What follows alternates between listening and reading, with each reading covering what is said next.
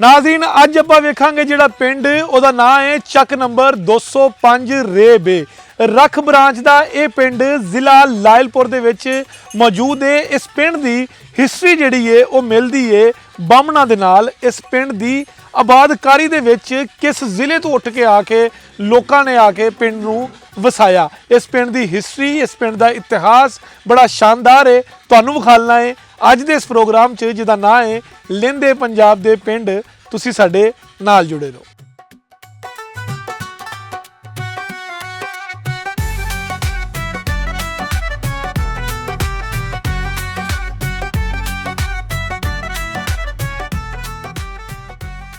लायलपुर दे विच वसदे 205 रेबे दियां ने 13 आबादियां। इस आबादी की हिस्टरी जिहड़ी है वो बड़ी शानदार है।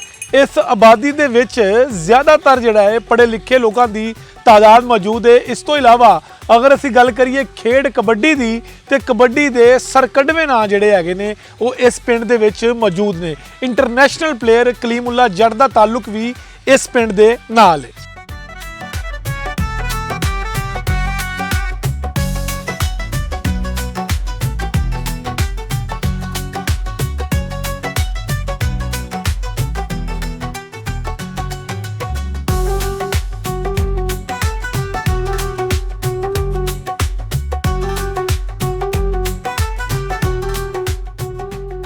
नाज़रीन संदल बार की आबादकारी दे विच गुगेरा ब्रांच के जिन्ने भी पिंड सी उन्हां दे नक्शे जिहड़े ने वो तकरीबन सेम ने। उहदे विच सेंटर च खूह आले दुआले छप्पड़ 4 रस्ते उस तो इलावा पिंड दे विच गुरुद्वारा जंजघर बोर्ड या कोई भी इतिहासिक जगह गुगेरा ब्रांच के पिंडां दे विच मौजूद ने। लेकिन रख ब्रांच के इस पिंड का नक्शा थोड़ा मुख्तलिफ है। इस पिंड के वडके इस पिंड के हिस्टोरीयन या इस पिंड के जिहड़े करता धरता ने वो ये आखते हैं कि इस पिंड की आबादकारी दे विच या इस पिंड दे विच आबादकारी का जिहड़ा फार्मूला सी वो थोड़ा अलग सी। वो की सी वो भी तुहानूं दस्सांगे।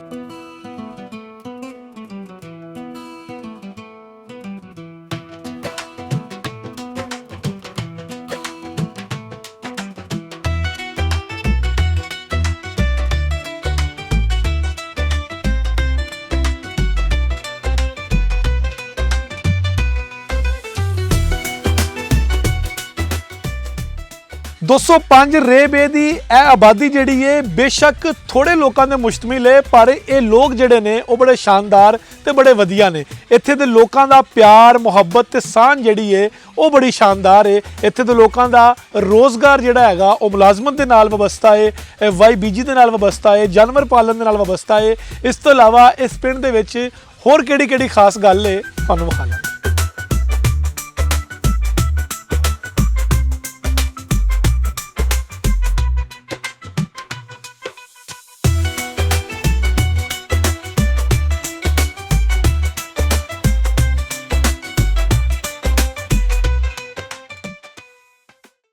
ਇਹਦਾ ਤਕਰੀਬਨ ਇਹਦਾ ਨੰਬਰ ਹੈਗਾ 205 रेबे ठीक ਆ। ਔਰ ਇਹਦੀਆਂ ਹੈਗੀਆਂ 13 ਆਬਾਦੀਆਂ ਜਿਨ੍ਹਾਂ 'ਚ ਇੱਕ ਆਬਾਦੀ ਮੁਸਲਮਾਨਾਂ ਦੀ ਸੀ। ਸਰਦਾਰ ਖਾਂ ਸਫੇਦਪੋਸ਼ ਸੀਗਾ ਔਰ ਬਾਕੀ ਜਿਹੜੀਆਂ ਆਬਾਦੀਆਂ ਵਾ ਉਹ ਸਾਰੀਆਂ ਸਿੱਖਾਂ ਦੀਆਂ ਸੀ। ਸਿੱਖਾਂ ਦੇ ਰਕਬੇ ਸੀ ਜ਼ਿਆਦਾ 10 ਮੁਰੱਬੇ 15 ਮੁਰੱਬੇ 10 15 10 15। ਉਹਨਾਂ ਨੇ ਫਿਰ ਆਪਣੀ ਸਹੂਲਤ ਵਾਸਤੇ अपने रकबियां दे विच ही आबादी कर ली। अपना घर अपने रकबे च बना लिया और लागे एक दो जिहड़े सी ना कम करन वाले लवार मोची नाई वगैरह वो बिठा ले। अच्छा वो एक छोटा उन्हां दा अपना घर सी। एक उन्होंने अपनी जाती ज़मीन च तलाब बना लिया, नहर ते जाना मना सी। एक उन्होंने कह लो कि बोर्ड दे शौकीन सी, बोर्ड वगैरह ला लिया और हर आबादी दे नाल एक किला बाग दा हुंदा सी उन्हां दा और अपना उन्हां दे एक खूह हुंदा सी।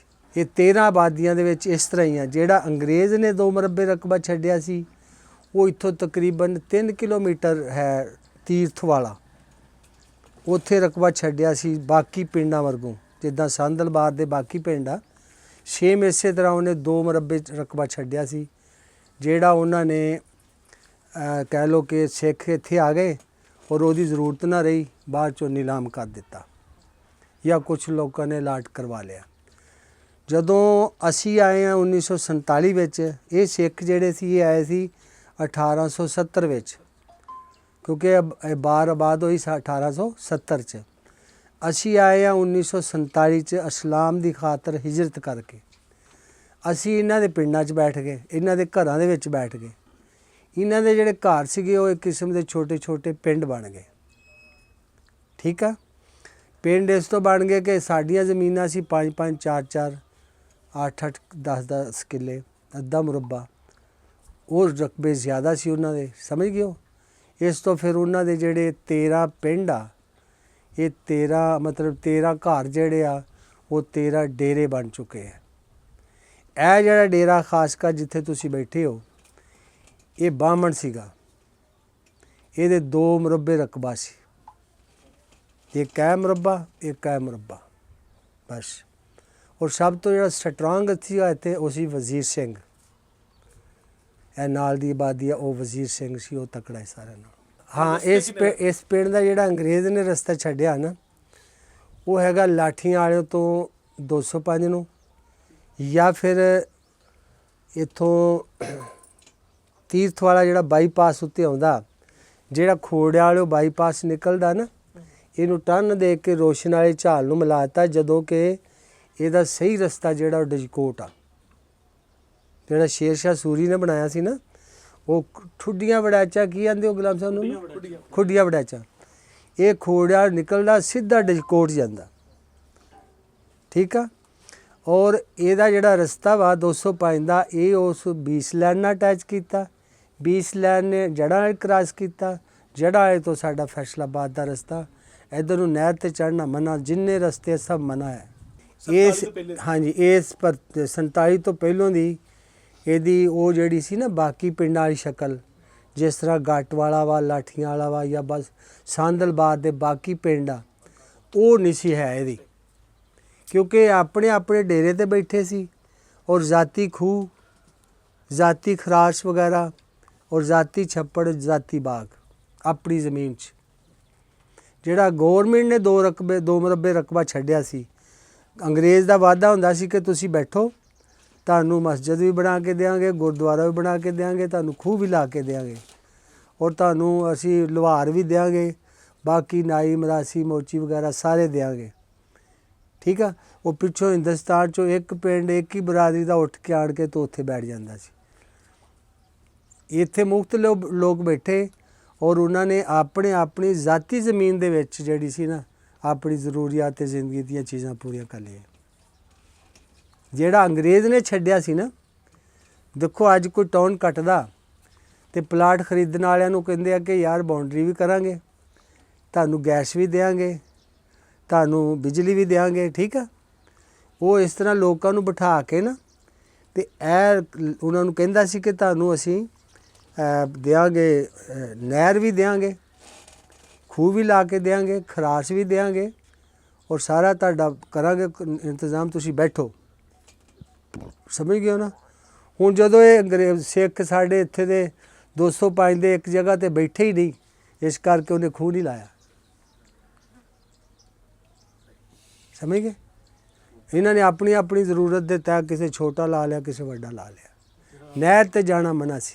ਇਹ 205 ਚੱਕ ਦੀ ਇੱਕ ਆਬਾਦੀ ਆ ਬਾਹਮਣ ਵਾਲਾ। ਇੱਥੇ ਹੁਣ ਜਿਹੜਾ ਆਉਣ ਦਾ ਨਾ ਤਰੀਕਾਕਾਰ, ਉਹ ਇੱਧਰੋਂ ਲਾਹੌਰ ਰੋਡ ਵੱਲੋਂ ਆਵੇ, ਇੱਥੇ ਪਾਰਕ ਵਾਲਾ ਪੁਲ, ਪਾਰਕ ਵਾਲੇ ਪੁਲ ਤੋਂ ਅੱਗੇ ਆ ਜਾਵੇ, ਜਾਂ ਨੇਰ ਗੱਟ ਵਾਲਾ ਪੁਲ ਆ ਜਾਏ, ਐਕਸਪ੍ਰੈਸ ਵੇ 'ਤੇ ਆਉਣਾ ਹੋਵੇ ਤੇ ਅੰਡਰਪਾਸ ਤੋਂ ਇੱਧਰ ਨੂੰ ਆ ਜਾਏ। ਉੱਧਰੋਂ ਜਿਹੜਾ ਹੁਣ ਅੰਡਰਪਾਸ ਤੋਂ ਰਸਤਾ ਬਣਾਇਆ ਵਜ਼ੀਰ ਵਾਲੇ ਨੂੰ, ਸਾਡੇ ਪਿੰਡ ਨੂੰ, ਉਹ ਗੈਰ ਸਰਕਾਰੀ ਹੈ। ਇਹ ਜਿਹੜੀ ਸੜਕ ਉੱਤੇ ਚੜ੍ਹਦੀ ਆ ਗੈਰ ਸਰਕਾਰੀ ਹੈ। ਇਹ ਜਿੰਨੀਆਂ ਸੜਕ 'ਤੇ ਮੈਂ ਦੱਸ ਚੁੱਕਿਆ ਤੁਹਾਨੂੰ ਕਿ ਨਹਿਰ 'ਤੇ ਸੜਕ ਚੜ੍ਹਾਉਣੀ ਗੁਨਾਹ ਹੈ, ਕਾਗਜ਼ 'ਚ ਹੈ ਹੀ ਨਹੀਂ ਕਿਤੇ ਵੀ। ਕਿਸੇ ਵੀ ਨਹਿਰ ਉੱਤੇ ਉਹ ਸੜਕ ਜਾਇਜ਼ ਆ ਜਿਹੜੀ ਨਹਿਰ 'ਤੇ ਚੜ੍ਹਦੀ ਹੈ ਤੇ ਪਾਰ ਕਰ ਜਾਂਦੀ। ਮੇਰਾ ਸਵਾਲ ਇਹ ਸੀ ਕਿ ਜਿਹੜਾ ਤੁਸੀਂ ਜਿਹੜੀ ਆਬਾਦੀ 'ਚ ਬੈਠੇ ਹੋ, ਇਹ ਹੈ ਬੰਮ, ਚਾਰ ਭਰਾ ਵਾ, ਚਾਵਾਂ ਭਰਾਵਾਂ ਦੀ ਸਾਰੀ ਜਿਹੜੀ ਹੈਗੀ ਇਹ ਔਲਾਦ ਵਾ ਬੈਠੀ। ਹੁਣ ਜਿਹੜੀ ਇਸ ਟਾਈਮ ਸੂਰਤ ਹਾਲ ਆ ਨਾ, ਇੱਕ ਬਾਹਮਣ ਸੀ ਇਹ, ਤੇ ਇੱਕ ਉਹਦਾ ਉੱਥੇ ਬੋਰਡ ਸੀਗਾ, ਉੱਥੇ ਛੱਪੜ ਸੀ ਉਹਦਾ, ਤੇ 2-3 ਉੱਥੇ ਮਕਾਨ ਸੀ ਉਹਦੇ। ਸਾਡੇ ਬਜ਼ੁਰਗ ਸੀਗੇ, ਉਹ ਆਏ, ਉਹਨਾਂ ਦੇ 4 ਭਰਾ ਸੀ ਉਹਦੇ।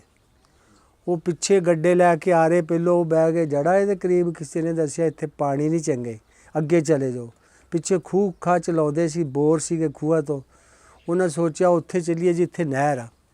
ਇੱਥੇ ਉਹ ਤਤਲੇ ਬੈਠੇ ਪੁਰਾਣੇ ਮੁਸਲਮਾਨ। ਇਹਨਾਂ ਨੇ ਪੁੱਛਿਆ ਵੀ ਕੌਣ ਜੋ? ਇਹਨਾਂ ਕਿਹਾ ਗੁਰਦਾਸਪੁਰ ਦੇ ਜੱਟ ਆ ਅਸੀਂ। ਉਹਨੇ ਕਿਹਾ ਫਿਰ ਤੁਸੀਂ ਨਾ ਉਹ ਨਹਿਰ ਦੇ ਨਾਲ ਇੱਕ ਬਾਹਮਣ ਦਾ ਡੇਰਾ ਹੈ, ਬਾਹਮਣ ਦਾ ਡੇਰਾ, ਉੱਥੇ ਚਲੇ ਜਾਓ। ਇਹ ਜਦੋਂ ਇੱਥੇ ਆਏ ਤਾਂ ਅੱਗੇ ਬੋਰਡ ਸੀਗਾ, ਬੋਰਡ ਥੱਲੇ ਕੁੱਤੇ ਸੀ ਬਾਹਮਣ ਦੇ ਐਡੇ ਐਡੇ 2। ਉਹ ਤਾਂ ਇਹਨਾਂ ਨੂੰ ਵੜਨ ਨਾ ਦੇਣ। ਇਹਨਾਂ ਫਿਰ ਉਹਨੂੰ ਚੰਗਾ ਡਾਂਗ ਫੇਰੀ ਕੁੱਤਿਆਂ ਨੂੰ ਭਜਾਇਆ। ਉਸ ਤੋਂ ਬਾਅਦ ਇਹਨਾਂ ਨੇ ਨਾ ਇੱਕ ਕਮਰਾ ਸਾਰੇ 4 ਭਰਾਵਾਂ ਨੇ ਮੱਲ ਲਿਆ ਔਰ ਆਪਣਾ ਮਾਲ ਡੰਗਰ ਜਿਹੜਾ ਸੀ ਬੋਰਡ ਥੱਲੇ ਬੰਨ੍ਹ ਦਿੱਤਾ। ਠੀਕ ਆ। ਫਿਰ ਇਹ ਐਲਾਨ ਹੋ ਗਿਆ ਕਾਇਦੇ ਆਜ਼ਮ ਵੱਲੋਂ ਕਿ ਜਿੰਨੇ ਭਰਾ ਵਾ ਜਾਂ ਜਿੰਨੀ ਫੈਮਿਲੀ ਹੈ ਓਨੇ ਕਿੱਲਿਆਂ 'ਤੇ ਕਬਜ਼ਾ ਕਰਕੇ ਵਾਈ ਬੀਜੀ ਸ਼ੁਰੂ ਕਰੋ। ਦਰਖਤ ਨਹੀਂ ਕੱਟਣਾ, ਦਰਖਤ ਨਹੀਂ ਕੱਟਣਾ ਔਰ ਫਸਲ ਫੁਸਲ ਜਿਹੜੀ ਬਾਹਮਣ ਦੀ ਉਹ ਖਾਓ ਤੇ ਓਨੇ ਕਿੱਲਿਆਂ 'ਤੇ ਕਬਜ਼ਾ ਕਰਕੇ ਤੇ ਆਪਣਾ ਸ਼ੁਰੂ ਕਰੋ ਕੰਮ। ਜਦੋਂ 5 ਸਾਲ ਬਾਅਦ ਫਿਰ ਇੱਥੋਂ ਆਏ ਡਾਕੂਮੈਂਟਸ ਹਿੰਦੁਸਤਾਨ 'ਚ ਗਏ ਕਿ ਇੱਥੇ ਫਲਾ ਬੰਦਾ ਵਾ, ਉਹ ਕਹਿ ਰਿਹਾ ਕਿ ਮੇਰਾ ਉੱਥੇ ਮੁਰੱਬਾ ਜ਼ਮੀਨ ਦਾ ਸੀ, ਇੱਕ ਖੂਹ ਸੀ, ਵੇਲਣਾ ਸੀ, ਘੋੜੀ ਸੀ, ਮੱਝਾਂ ਸੀ, ਕਨਫਰਮ ਕਰਕੇ ਦਿਓ ਕਿ ਕੀ ਸੀ ਇਹਦਾ ਇੱਥੇ। ਉਹਨਾਂ ਉੱਥੋਂ ਫਿਰ ਕਨਫਰਮ ਕਰਕੇ ਘਲਾਇਆ ਕਿ ਇਹਦਾ 1 ਕਿੱਲਾ ਜ਼ਮੀਨ ਦਾ ਸੀ ਇੱਥੇ ਸਿਰਫ। ਉਹਨੂੰ ਫਿਰ ਇੱਥੇ ਪਟਵਾਰੀ ਆਇਆ, ਉਹਨੂੰ ਕਿਹਾ ਬਾਬਾ ਕਿਹੜਾ ਕਿੱਲਾ ਲੈਣਾ ਜੀ? ਹੁਣ ਉਹ ਕਿੱਲਾ ਪੱਕਾ ਹੋ ਗਿਆ। ਫਿਰ ਉਹ ਦਰਖਤ ਵੱਡੇ ਜਾਂ ਜੋ ਮਰਜ਼ੀ ਕਰੇ, ਉਹ ਉਹਦੀ ਪ੍ਰੋਪਰਟੀ ਹੋ ਗਈ। ਕਿਸੇ ਬੰਦੇ ਦੇ 3 ਜੀ ਸੀ, ਪਿੱਛੇ ਉਹਨਾਂ ਦਾ ਮੁਰੱਬਾ ਸੀ, ਇੱਥੇ ਉਹ 3 ਤੋਂ ਵੱਧ ਵਾਹ ਨਹੀਂ ਸੀ ਸਕਦੇ। ਉਹਨਾਂ ਡਾਕੂਮੈਂਟਸ ਪਿੱਛੇ ਭੇਜੇ, ਪਿੱਛੋਂ 25 ਕਿੱਲੇ ਜ਼ਮੀਨ ਆਈ। ਉਹਨੂੰ ਕਿਹਾ ਜੀ 25 ਕਿੱਲੇ ਜਿਹੜੇ ਆ ਕਿਹੜੇ ਤੈਨੂੰ ਪੱਕੇ ਕਰ ਦੀ? ਯੂਨਿਟ ਕਹਿੰਦੇ ਉਹਨੂੰ। ਉਹ ਫਿਰ ਉਹਨੂੰ ਪੱਕੇ ਰਜਿਸਟਰੀ ਕਰ ਦਿੱਤੇ। ਅੱਛਾ, ਸਭ ਤੋਂ ਵੱਡੀ ਫਸਲ ਇੱਥੇ ਇਸ ਟਾਈਮ ਜਿਹੜੀ ਹੈ ਨਾ, ਉਹ ਤੇ ਤਕਰੀਬਨ ਜਾਨਵਰਾਂ ਦੇ ਪੱਠੇ ਵਗੈਰਾ ਬੀਜੇ ਜਾਂਦੇ ਹੈ। ਪਹਿਲੋਂ ਇੱਥੇ ਜ਼ਿਆਦਾ ਜਿਹੜੀ ਫਸਲ ਸੀ ਉਹ ਕਮਾਦ ਤੇ ਗੰਦਮ ਸੀ। ਠੀਕ ਆ। ਮੇਰੇ ਅੰਦਾਜ਼ੇ ਦੇ ਮੁਤਾਬਕ 6 ਮੋਗੇ ਹੋਣੇ ਟੋਟਲ 205 ਦੇ। ਠੀਕ ਆ। 10480 ਸਾਡੇ ਮੋਗੇ ਦਾ ਨੰਬਰ ਆ, ਲੈਫਟ 10480 ਇਹ ਸਾਹਮਣੇ ਆ। ਇੱਥੋਂ ਪਾਣੀ ਲੱਗਦਾ ਸਾਨੂੰ ਤੇ ਤਕਰੀਬਨ 22-22.5 ਮਿੰਟ ਫੀ 1 ਕਿੱਲੇ ਦਾ ਪਾਣੀ ਆ।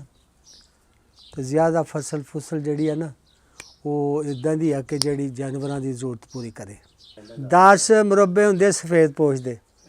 ਠੀਕ ਹੈ। ਤੇ 3 ਮੁਰੱਬੇ 3 ਪਿੰਡ ਹੁੰਦੇ 1 ਲੰਬੜਦਾਰ ਦੇ। ਹੁਣ 1 ਲੰਬੜਦਾਰ ਨੇ ਪਿੰਡ ਦੇ ਜੋ ਵੀ ਮਸਲੇ ਮਸਾਇਲ ਆ ਨਾ ਉਹ ਹੱਲ ਕਰਕੇ ਸੁਣ ਕੇ ਗੱਲ ਸਫੇਦ ਪੋਸ਼ ਨੂੰ ਦੱਸਣੀ। ਸਫੇਦ ਪੋਸ਼ ਨੇ ਫੈਸਲਾ ਕਰਨਾ। ਅਗਰ ਉਹਦੀ ਵੀ ਨਹੀਂ ਮੰਨੀ, ਉਹਦੀ ਵੀ ਨਹੀਂ ਮੰਨੀ, ਫਿਰ ਉਹ ਅੱਗੇ ਅੰਗਰੇਜ਼ ਕੋ ਜਾਣਾ। ਠੀਕ ਹੈ। ਤੇ ਹੁਣ ਅੱਜ ਕੱਲ੍ਹ ਨੰਬਰਦਾਰੀ ਨਿਜ਼ਾਮ ਇੱਥੇ ਹੈ, ਸਫੇਦ ਪੋਸ਼ੀ ਤਕਰੀਬਨ ख़त्म ਹੋ ਚੁੱਕਿਆ ਤੇ ਬਾਕੀ ਲੰਬਰਦਾਰੀ ਹੈ। ਇੱਥੇ ਇੱਕ ਫੈਮਿਲੀ ਬੈਠੀ ਆ ਜਿਹੜੇ ਬੈਠੇ ਆ ਗੁਲਾਮ ਸ਼ਾਹ ਨੂੰ ਨੇ ਸਾਡੇ ਦੋਤੇ ਹੈ। ਬਾਕੀ ਇੱਕ ਹੀ ਫੈਮਿਲੀ ਹੈ, ਇੱਕ ਬਾਪ ਦੀ ਔਲਾਦ ਆ ਤੇ ਕੋਈ ਵਿੱਚ ਦੂਸਰਾ ਨਹੀਂ ਹੈ। ਕੋਈ ਲਵਾਰ ਨਾਈ ਗੁੱਜਰ ਮੋਚੀ ਨਾਈ ਕੋਈ ਨਹੀਂ ਹੈ। ਕਿਹੜੀ ਬਰਾਦਰੀ?